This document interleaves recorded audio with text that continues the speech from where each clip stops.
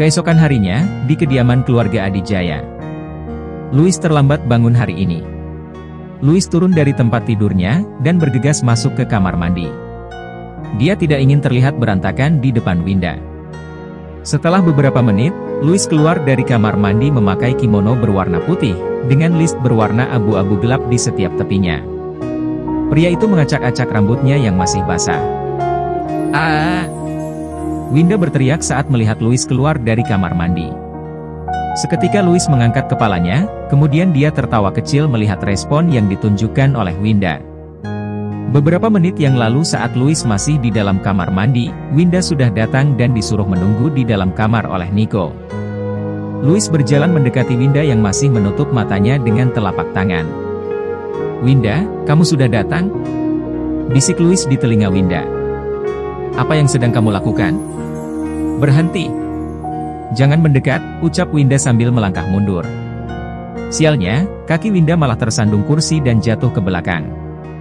"Ah!" Winda berteriak saat dirinya yang akan jatuh ke belakang.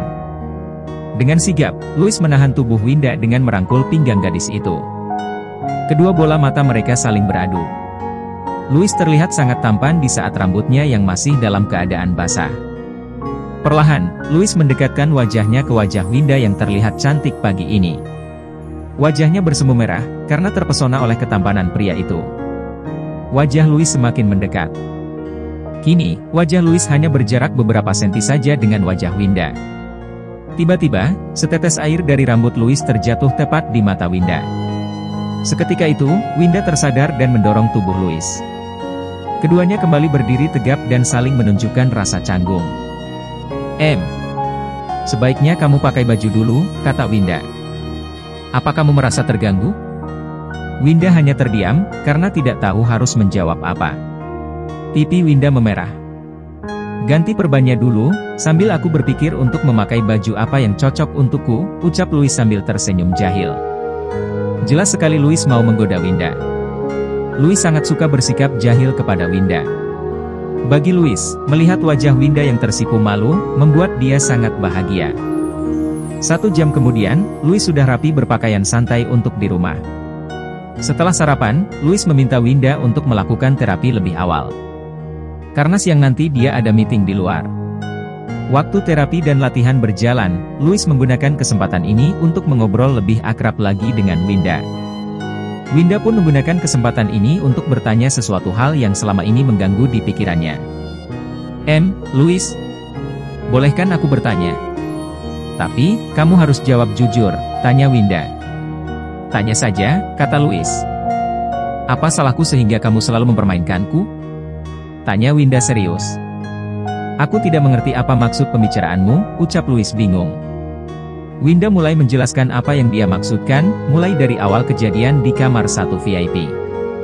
"Kenapa kamu tiba-tiba melakukan hal itu? Kemudian menyuruhku menjadi perawat pribadimu untuk merawat luka yang tidak begitu parah? Kamu berbohong berpura-pura tidak bisa berjalan tanpa bantuan, benar kan?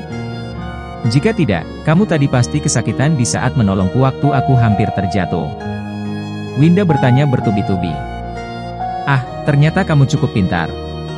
Tidak mudah membohongimu." Louis tidak bisa mengelak lagi. "Aku hanya ingin agar bisa lebih dekat lagi denganmu," kata-kata Louis tulus. Winda menatap Louis dengan terkejut. Dia tidak percaya apa yang telah diucapkan oleh laki-laki itu. Tidak terpikir sedikit pun, jika Louis akan berkata seperti itu. Beberapa saat yang lalu, Lisa sedang menelpon adiknya itu. Tapi, Louis tidak tahu kalau ada panggilan masuk di ponselnya. Karena ponselnya berada di meja luar. Kemudian, Lisa menelpon ponsel Nico. Menyuruhnya untuk memberikan ponselnya kepada Louis. Nico berlari menuju kamar Louis. Setelah sampai di depan kamar, Nico melihat pintu kamarnya yang terbuka. Nico mendekat saat suasananya yang begitu canggung. Nico memberitahukan bahwa ada panggilan dari Nona Lisa.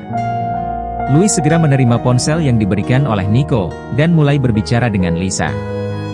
Di dalam panggilannya, Lisa hanya berpesan agar Louis segera memikirkan tentang apa yang kemarin malam mereka bicarakan. Huff.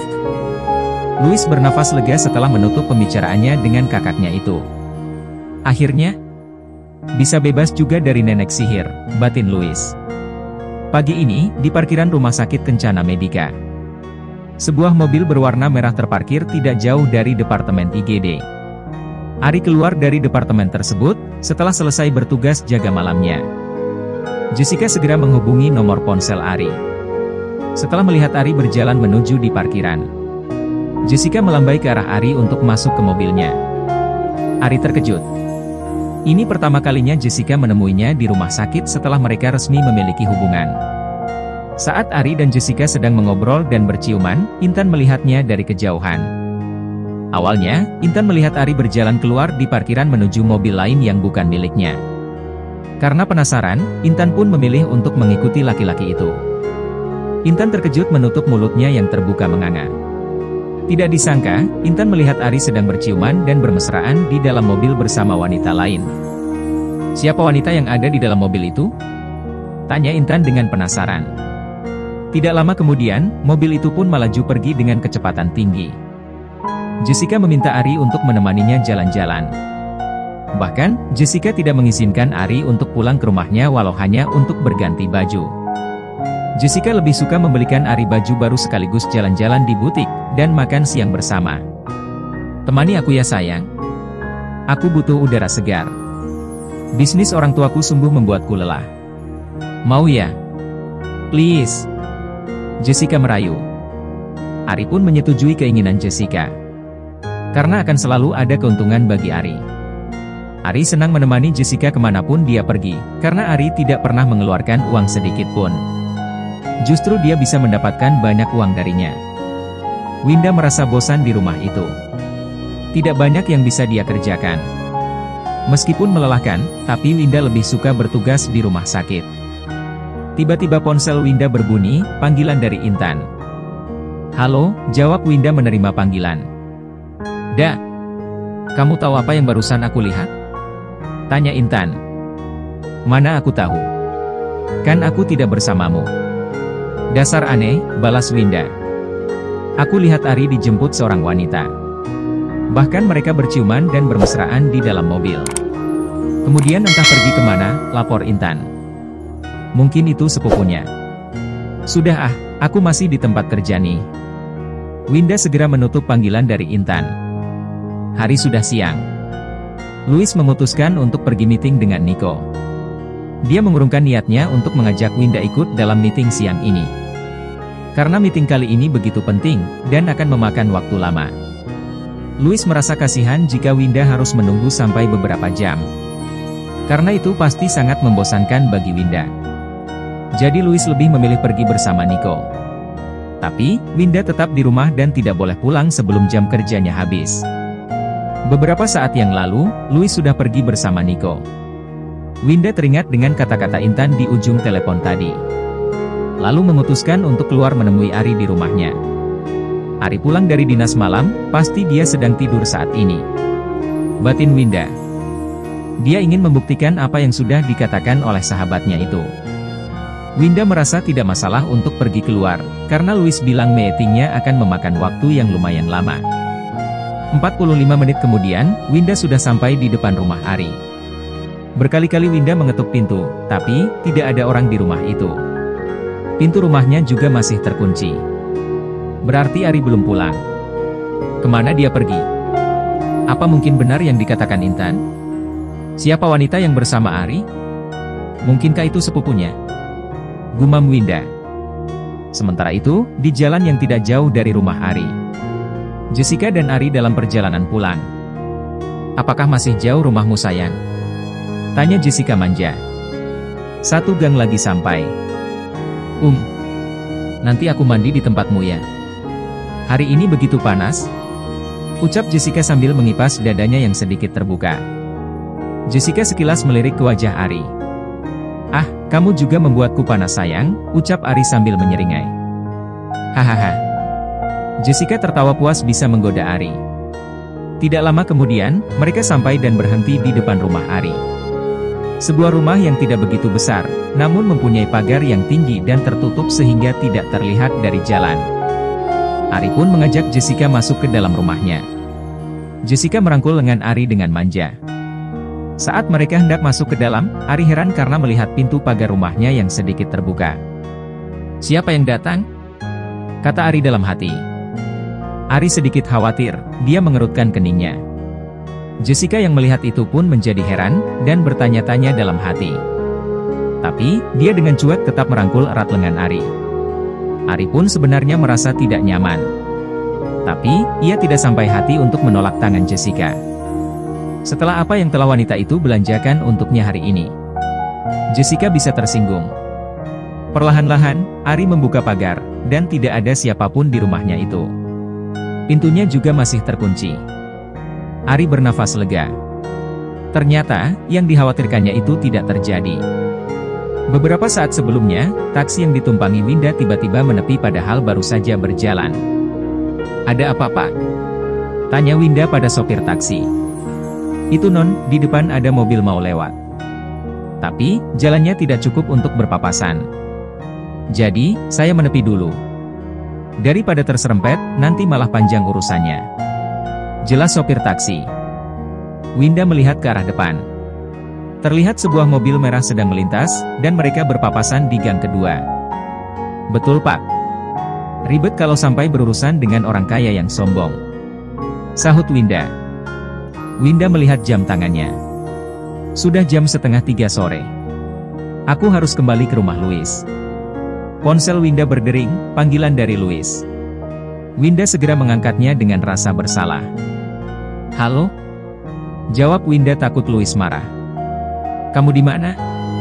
Segera kembali. Aku tunggu.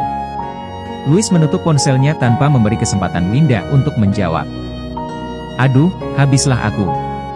Aku tidak berbuat salah saja, dia memperlakukan aku seperti itu. Apalagi kali ini? Jelas-jelas aku yang salah, sudah melanggar perjanjian, batin Winda cemas. 40 menit kemudian, Winda sampai di kediaman keluarga Adijaya. Winda berjalan terburu-buru menuju ruangan Louis. Nico berdiri di depan pintu, terlihat khawatir menanti kedatangan Winda. Begitu Winda sampai, Nico memintanya untuk cepat masuk ke ruangan Louis. Winda pun bertanya-tanya dalam hati. Apa yang akan terjadi nanti? Winda mencari keberadaan Louis di setiap ruangan. Louis sedang duduk di sofa, kepalanya tertunduk dengan tangan menjulur ke bawah. Astaga! Apa yang terjadi denganmu? Tanya Winda terkejut melihat keadaan Louis. Darah mengalir dari telapak tangan kanannya, dan ada serpihan gelas tercecer di lantai. Winda langsung menghampirinya, dan membantu Louis untuk berdiri. Tapi, tangan kiri Louis menahan pergelangan tangan Winda. Dari mana kamu? Tanya Louis dengan suara berat dan penuh penekanan. Aku dari luar, untuk memastikan sesuatu, ucap Winda gemetar. Baru kali ini, Winda melihat Louis marah. Louis tersadar, jika kata-katanya barusan membuat Winda ketakutan. Kemudian, dia melepaskan tangan Winda. Ada sedikit penyesalan atas sikapnya itu. Dia sadar, tidak seharusnya dia marah seperti itu. Winda segera mengambil kotak obat. Biar aku obati dulu lukamu. Winda meraih tangan Louis yang berlumuran darah, memberikan obat dan membalutnya dengan perban. Winda juga membersihkan pecahan gelas yang berceceran di lantai. Setelah semuanya selesai, kemudian Winda mendekati Louis. Gadis itu duduk di sampingnya, dengan banyak sekali tanda tanya. Tapi, gadis itu tidak berani untuk menanyakannya. Akhirnya Louis mengangkat kepalanya, dan menatap ke wajah Winda. Kamu tahu rasa sakit yang aku rasakan, ucap Louis dengan mata sayu. Winda tidak mengerti dengan maksud pertanyaan Louis. Winda hanya mengerutkan keningnya, sambil menatap pria itu. Bagaimana rasanya jika kamu melihat orang yang kamu sukai sudah punya kekasih? Dan kekasihnya malah berselingkuh, kata Louis. Winda menangkap mentah-mentah ucapan Louis, sehingga dia mengira Louis benar-benar mengalami itu.